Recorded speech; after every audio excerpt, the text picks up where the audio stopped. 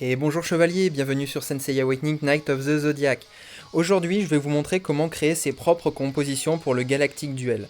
Voilà, c'est un sujet qui peut être assez compliqué puisqu'on n'a pas tous les mêmes box, donc du coup, je vais vous montrer ma logique en fait pour ce qui est de la création des équipes.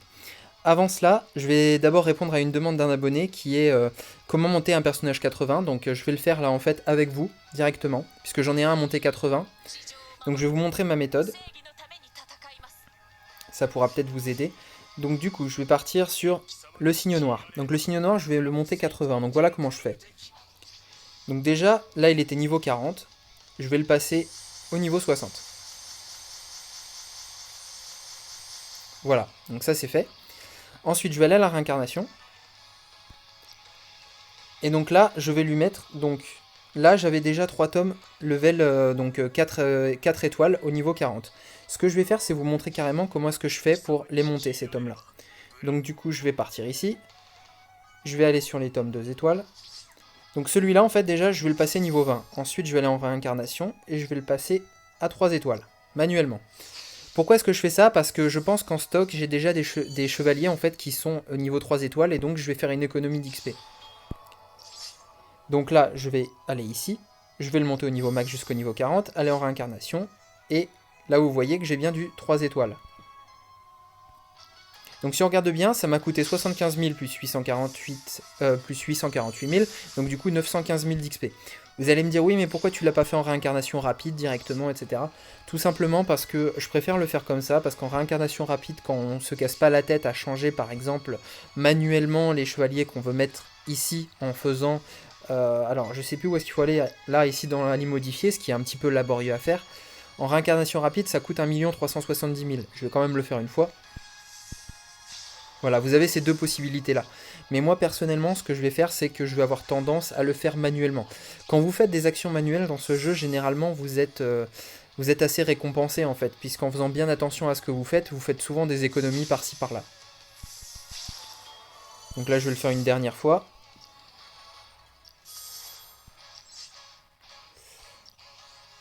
Voilà, à la réincarnation. Voilà. Donc ensuite, je vais aller sur mon signe noir. Voilà. On s'y perd un petit peu dans les menus. Donc le signe noir qui est ici. Réincarnation. Tac.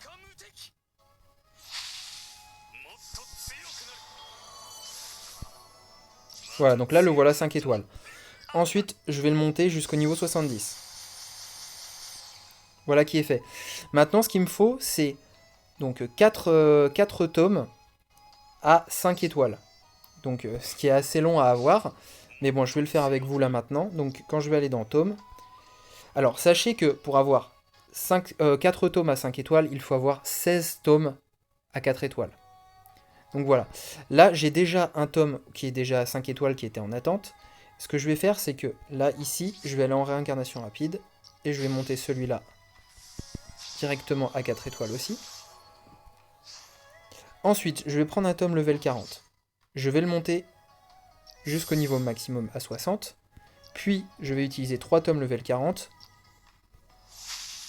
qui vont me permettre de le passer 5 étoiles. Donc là, sur les 4 tomes 5 étoiles dont j'ai besoin, j'en ai déjà 2. Donc il faut que j'aille en chercher encore 2 de plus. Donc du coup, celui-là, on va y aller encore.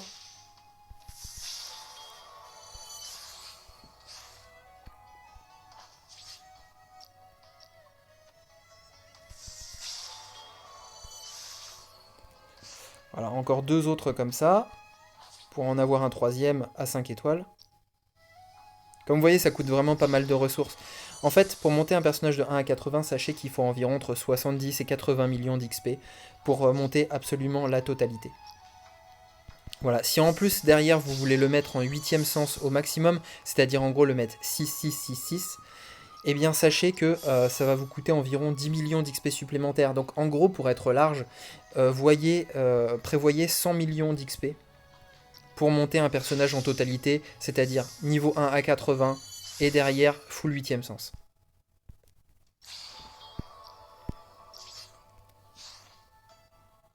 Voilà, il m'en reste encore 4 à faire.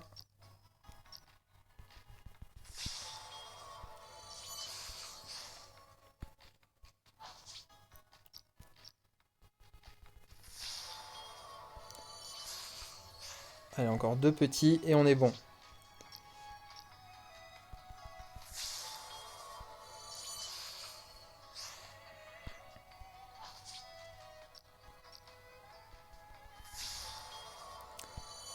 Voilà, et donc grâce à ça, c'est bon, j'ai tous mes tomes. Donc mes 4 tomes à 5 étoiles, donc je vais pouvoir monter le fameux signe noir niveau 80. Donc ce sera mon 45e level 80, hein, personnellement. Voilà, il est ici.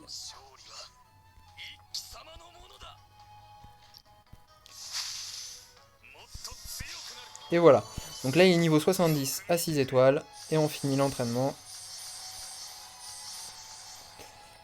Et voilà. 45e level 80, ça c'est fait.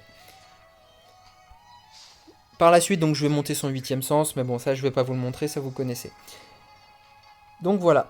Donc là, je viens de vous montrer donc comment passer un personnage au level 80. Donc moi, j'y vais vraiment manuellement, je prends vraiment mon temps, je passe pas en mode accéléré. Si je sais que, voilà, je check un petit peu ma box avant. Si je vois que j'ai du 3 étoiles et du 4 étoiles, par exemple, déjà en rab, je vais vraiment y aller manuellement au fur et à mesure pour économiser, on va dire, un maximum de ressources. Maintenant, parlons des compositions. Pour ce qui est des compositions, donc... On n'a pas tous les mêmes box, clairement. Je sais qu'il y en a certains d'entre vous qui n'ont pas de SS, certains qui n'ont pas tous les S, et donc c'est très très compliqué de faire des compositions. J'ai moi-même des membres dans mon équipe, dans ma légion, pardon, qui me demandent voilà, des conseils de composition en fonction de leurs bots, etc. Et j'avoue que parfois c'est vraiment pas facile, puisque voilà, moi j'ai une box assez montée, et donc du coup pouvoir se mettre à sa place est un peu compliqué. Cependant, je vais vous donner en fait une logique qui va vous permettre de créer vos compositions de façon, on va dire, équilibrée. C'est-à-dire qu'en gros, vous allez pouvoir vous en sortir en Galactic Duel. Il y a actuellement une méta qui est en place. Les top players, en fait, imposent une certaine méta, et donc du coup, vous vous sentez un petit peu dans l'obligation de vouloir limiter, en fait, pour arriver à monter. Sachez que vous n'êtes pas obligé de le faire. J'ai un joueur, par exemple, dans ma légion, il se reconnaîtra s'il regarde cette vidéo, qui joue par exemple Algol de Percé. Il joue Algol, voilà, donc je vais vous montrer le personnage. Voilà, il joue ce personnage-là en RC. Donc voilà, c'est un personnage en fait qui peut pétrifier ses cibles. Alors je sais pas exactement ce que fait le RC puisque je ne l'ai pas activé, mais voilà, si jamais par exemple Algol subit des dégâts donc qui sont supérieurs à 20% de ses PV, bah, la cible est pétrifiée. Et en fait, le membre de ma légion qui joue ce personnage-là, par exemple, le joue en contre une team Saga RC. Par exemple, si Saga RC lance un Galaxian Explosion et qu'il avait le double tour, donc du coup qui peut faire son fameux combo au T1 qui est très très fort, Algol en fait va le pétrifier tout de suite. Il va lui annuler le double tour, et donc du coup il sera pétrifié. Donc voilà, c'est très très efficace, c'est un très bon counter, donc comme quoi certains personnages hors méta peuvent très bien s'intégrer dans des compositions. Il y a aussi des compositions un peu farfelues, on peut trouver aussi du Xiaoming par exemple, si vous tombez contre un personnage contre un adversaire qui aime bien jouer une composition qui coûte assez cher, vous pouvez jouer Xiaoming pour diminuer ses cristaux au début et totalement lui bloquer sa façon de jouer. Voilà, il y a diverses solutions à la méta actuelle. Donc, pour ce qui est des constructions de composition, ce qu'on va faire, c'est qu'on va d'abord se mettre dans formation, et je vais vous expliquer la logique, donc ma logique en fait pour ce qui est des compositions pour le Galactic Duel. Par exemple, si on part sur cette composition là, alors je vais remplacer quand même par ma composition principale, qui était de mettre Minos à la place de Shiryu. Ce que vous devez penser, c'est d'abord à trouver un équilibre, c'est-à-dire un équilibre entre l'énergie et entre vos DPS et vos supports. Vous avez aussi les contrôles qui rentrent en ligne de compte. Alors, comment utiliser cette énergie? Moi, par exemple, dans cette composition-là, je sais que je vais utiliser avec Athéna. On commence à 3 d'énergie avec une fée des marais. Avec Athéna, je vais passer à 5. Avec Shonades, je vais descendre à 4. Si on regarde bien dans la suite de ma composition, Shun et Mew me coûtent 0. Shura et Minos vont me coûter 2. Donc du coup, je vais pouvoir faire en gros une utilisation complète de mon énergie au T1. Si on regarde au T2, Athéna ne peut plus donner 2 d'énergie, par contre je vais toujours avoir 5 d'énergie. Au T2, je vais pouvoir aussi rentabiliser mon énergie au maximum.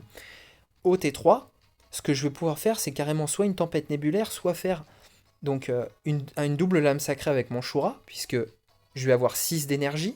Donc du coup, la première lame sacrée va me coûter 4, à cause du Shonades, puis va me coûter 2 par la suite. Minos aura contrôlé au tour suivant, comme il contrôle pendant 2 tours, ça va pas me poser de problème. Donc pensez bien à la gestion de votre énergie, à votre stratégie, en fait, on va dire, sur les 2, voire les 3 premiers tours de votre combat. Voilà. Ensuite, comment équilibrer son équipe? Donc il y a les attaques physiques, il y a les attaques cosmiques, il y a les supports, il y a les contrôles. Donc voilà, il faut bien faire attention à un équilibre de tout ça. Si par exemple vous n'avez pas un personnage de la méta, c'est-à-dire imaginez que vous êtes en difficulté parce que, je vais dire une bêtise, vous n'avez pas Hypnose par exemple, ou vous n'avez pas le saga RC, ou vous n'avez pas un Shura qui est bien monté, donc dans ce cas-là ça vous pose problème. Quand vous avez un personnage en face qui va vous poser problème dans la méta, je vous conseille de jouer un contrôle. En contrôle, vous pouvez jouer un Shun, vous pouvez jouer un Minos, vous pouvez jouer une prêtresse noire, vous pouvez jouer un Shaka, RC par exemple, ou même pas RC il est très très fort. Et en fait, ces personnages-là vont vous servir à contrôler un personnage adversaire qui va vous poser problème à vous. Donc du coup, si jamais vous avez un souci et que vous n'avez pas certains personnages, jouez des contrôles. Vous jouez des contrôles. Si jamais vous manquez de DPS, vous jouez un seul DPS, mais qui sera bien défendu, avec des contrôles autour. Je connais par exemple des adversaires qui aiment bien jouer Minos plus Shun, et qui jouent qu'un seul DPS à côté. Le Minos et le Shun vont me contrôler rapidement mes 2 DPS chez moi, parce qu'en fait, dans une partie en PvP, si vous regardez bien, votre adversaire a souvent 2 DPS en moyenne. Et ces 2 DPS là, généralement, si vous les contrôlez, donc avec un Minos et un Shun par exemple, derrière votre adversaire n'a plus aucun DPS et ne peut plus rien vous faire. Vous par contre, vous êtes libre, votre DPS peut vraiment se déchaîner à sa guise, et ça c'est vraiment très très fort. Donc ne négligez pas les contrôles si vous voyez que vous avez un problème voilà, de box. D'ailleurs c'est pour ça que beaucoup de joueurs jouent la Team Freeze. La Team Freeze ne nécessite pas beaucoup de ressources. Donc je vais vous mettre par exemple... Oui, on va l'enregistrer. Par exemple, si on part sur une Team Freeze, on va dire standard. Bon, là, c'est avec Hypnose. Imaginons vous n'avez pas Hypnose. Donc, on va partir du principe que vous ne l'avez pas. Généralement, les Team Freeze sont comme ceci. On va partir, par exemple, sur... Je vais vous montrer plusieurs variantes. Mais il y a beaucoup de choix. Alors, il faut que je trouve ce Yoga Pog. Voilà, vous avez cette Team Freeze là en possibilité par exemple. Généralement, voilà, vous allez mettre la croix de Pog sur Camus. Camus, grâce à son RC, va mettre des stacks de gel. En plus de ça, toutes les cibles qui vont l'attaquer vont prendre des stacks de gel supplémentaires. Yoga le gel derrière, ensuite le signe noir, ensuite Ayolia fait les dégâts. Et Mew est souvent là pour achever la partie. Si jamais vous n'avez pas Mew, par exemple, il y a d'autres variantes où ça joue ici avec Shonades. Et généralement, on sort le signe noir pour mettre par exemple soit un Shura, soit un Milo. Par exemple, comme ceci. Ça reste une team qui est très très forte. Une fois de plus, Yoga Pog met la croix sur Camus. Le double tour peut partir aussi donc sur Milo. Et c'est une team qui coûte très très peu d'énergie. Vous pouvez faire un cercueil de glace avec Camus par exemple. Ou alors mettre un double tour sur Yoga pour mettre un maximum de stack de gel. Et derrière laisser Ayolia faire les dégâts. Beaucoup de joueurs aiment bien jouer Freeze. Parce que généralement, en fait, ça contrôle tellement que votre adversaire peut avoir tous les DPS qu'il veut en face. Une fois que le contrôle est posé, votre adversaire ne peut rien faire. Voilà. Donc c'est pour ça que Freeze est très très apprécié, non seulement des top players, mais en plus des joueurs qui n'ont pas une box très très fournie. Voilà. Alors ensuite, est-ce que je pourrais vous donner des exemples de teams ? Alors, par exemple, si on part sur des teams, voilà, ça, il y a cette team-là qui est très très connue. Donc Kiki, Athena, Luna... Shun GC avec donc Saga RC et Mew. Donc là, le but est de faire un maximum de dégâts avec Saga RC avec Shun GC qui protège. Vous allez me dire oui, mais ça c'est une box en gros qui est, voilà, qui est assez fournie. Du coup, il y a Athena, il y a Saga RC, il y a Shun GC et il y a Mew. Si jamais vous n'avez pas ces personnages-là, alors ce que je vais me faire, c'est que je vais me mettre sur une formation un peu plus... Voilà, on va dire sur ça, par exemple. Bon, ça, une fois de plus, ça c'est une team typique que je vous montre en parallèle. C'est la fameuse Ichi-Minos avec Shun Hades, Milo, Mew et Evil Saga. Donc, on va partir sur des compositions un petit peu standards. Imaginons que vous n'avez pas tous ces personnages-là. Généralement, en fait, Shun Hades, vous pouvez le remplacer par Luna. Je vous conseille vraiment de jouer tout le temps avec voilà, un personnage qui peut vous donner le double tour. Si vous n'avez pas Shun Hades qui est monté convenablement, mettez Luna, par exemple. Ensuite, si vous n'avez pas Athena, pour ce qui est de fournir l'énergie, vous avez Kiki. Voilà.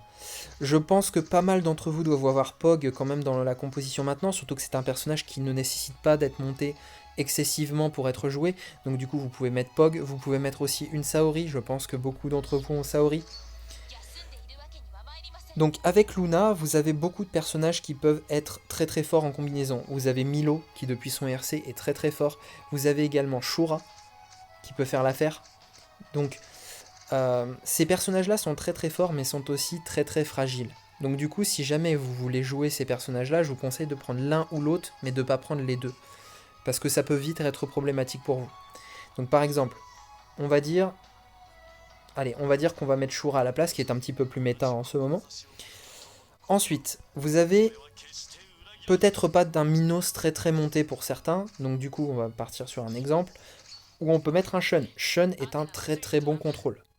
Voilà, c'est pas un contrôle à négliger, et en plus de ça, ça peut être très très efficace.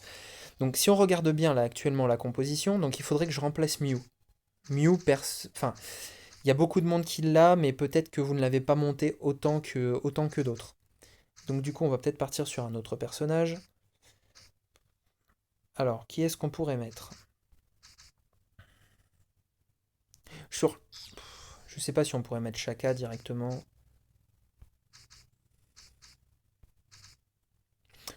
Sinon, Doko. Voilà. On pourrait peut-être mettre un Doko. Donc là, si on regarde par exemple en termes de gestion d'énergie, donc je vais commencer la partie avec 3 d'énergie. Avec Kiki, je vais monter à 5. Je vais mettre un double tour avec Luna. Par exemple, je vais mettre un double tour sur Shura pour qu'il se stack. Donc je vais descendre à 4 d'énergie. Avec ces 4 d'énergie, donc généralement avec Athéna, au premier tour, vous n'allez pas forcément mettre une résurrection ou clean un personnage. Vous allez attendre de voir un petit peu ce qui se passe, quelle va être la cible de votre adversaire.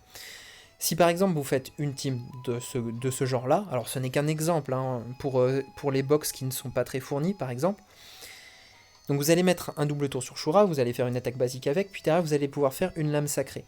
Vous allez avoir 2 d'énergie restant, vous allez pouvoir derrière utiliser Shun pour faire un contrôle. Le tour suivant, vous allez monter à 7 d'énergie, vous allez pouvoir redoubler Shura, et là en fait vous allez pouvoir faire lame sacrée et les 100 dragons derrière. Vous allez aussi pouvoir mettre une résurrection au besoin. Donc au terme de gestion d'énergie, c'est vraiment pas mal. Donc pensez bien à la gestion d'énergie et calculez bien en fait sur 3 tours comment est-ce que vous allez vouloir dépenser votre énergie pour rentabiliser au maximum votre composition. Pour ce qui est de l'utilisation des dieux, donc l'utilisation des dieux, les dieux sont là. Ce que je vous conseille vivement, c'est d'utiliser la timidité d'Aphrodite. Brutalité d'Arès, en fait, ça peut être très fort, mais ce n'est pas beaucoup joué en ce moment. C'est pas beaucoup joué parce que généralement ça met trop de temps à se mettre en place. Vous lancez Arès, il faut attendre 2 tours.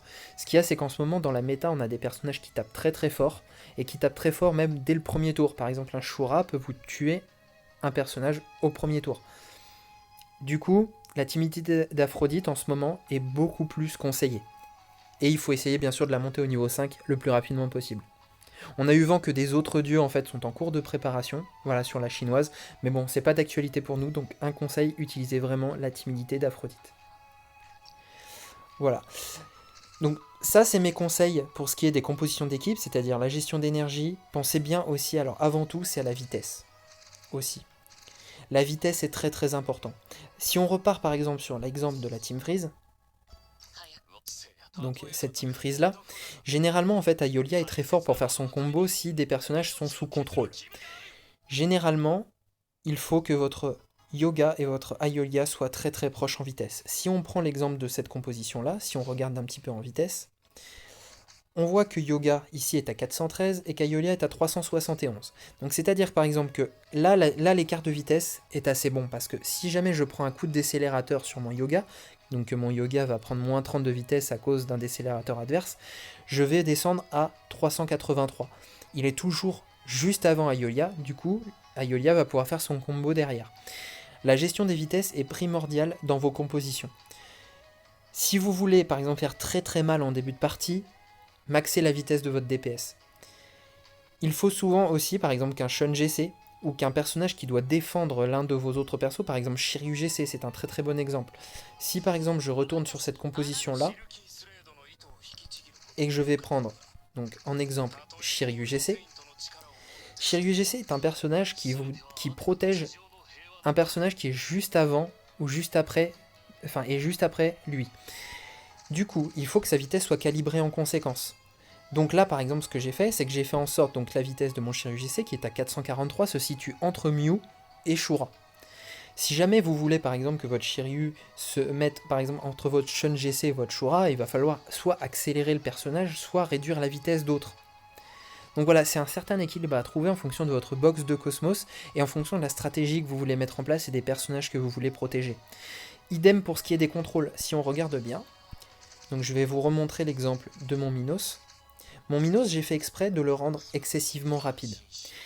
Il faut aussi que vous connaissiez dans la méta les vitesses des personnages en général. C'est-à-dire n'hésitez pas à checker un petit peu les vitesses de vos adversaires pour un petit peu aussi vous adapter sur vos games suivantes. Par exemple, si on voit mon Shiryu GC qui est à 443 de vitesse, j'ai fait exprès d'adapter mon Minos et de le mettre au-delà des 443 de vitesse. C'est-à-dire que je me suis servi de mon expérience de ma box pour me dire, si mon Shiryu GC, qui est déjà assez rapide, est à 443, si je rends mon Minos encore plus rapide, il sera capable d'attraper tous les Shiryu GC adverses. Et c'est le cas.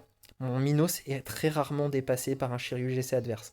Donc pensez bien à la gestion de vos vitesses dans la méta. Voilà. Pensez bien à la gestion de la vitesse, puisque plus un personnage est rapide, plus il va pouvoir agir avant un personnage adverse, et donc va vous donner un avantage. On est dans un jeu quand même qui se joue énormément sur la speed. Vous avez quelques personnages qui se jouent lent, par exemple, je pense à un Mew qui se joue lent. Vous avez Doko qui se joue lent et qui fait très mal, Xion qui va bientôt revenir dans la méta et qui va faire et qui fait très mal aussi, qui a eu sa période de gloire. Hein. Shun, voilà, le Shun A, hein, bien sûr, qui se joue très lent et qui est un excellent contrôle. Mais généralement, pour ce qui est des DPS, c'est plus vous allez taper tôt, et mieux ce sera. Voilà. J'espère avoir été assez clair dans cette vidéo. J'espère que ça vous aura bien aidé à comprendre un petit peu comment est-ce que vous pouvez gérer vos compos et comment est-ce que vous pouvez les créer. Pensez bien, donc, comme j'ai donné un exemple tout à l'heure, que des personnages qui sont hors méta peuvent aussi surprendre. Sorrento peut surprendre. Algol de Percé peut surprendre. Xiaoming peut surprendre. Vous avez des personnages de cœur, je suis sûr, qui ne sont pas dans la méta, mais vous pouvez en fait les rendre viables, et c'est ça qui est bien dans ce jeu, c'est que vous pouvez les rendre viables et utiles dans la méta, en fait, en surprenant votre adversaire. Voilà. Je vous souhaite bon courage pour la suite. N'hésitez pas si vous avez des questions en commentaire, lâchez un petit pouce bleu, abonnez-vous à ma chaîne, et je vous dis à très bientôt pour de futures vidéos sur Senseiya Awakening. Ciao.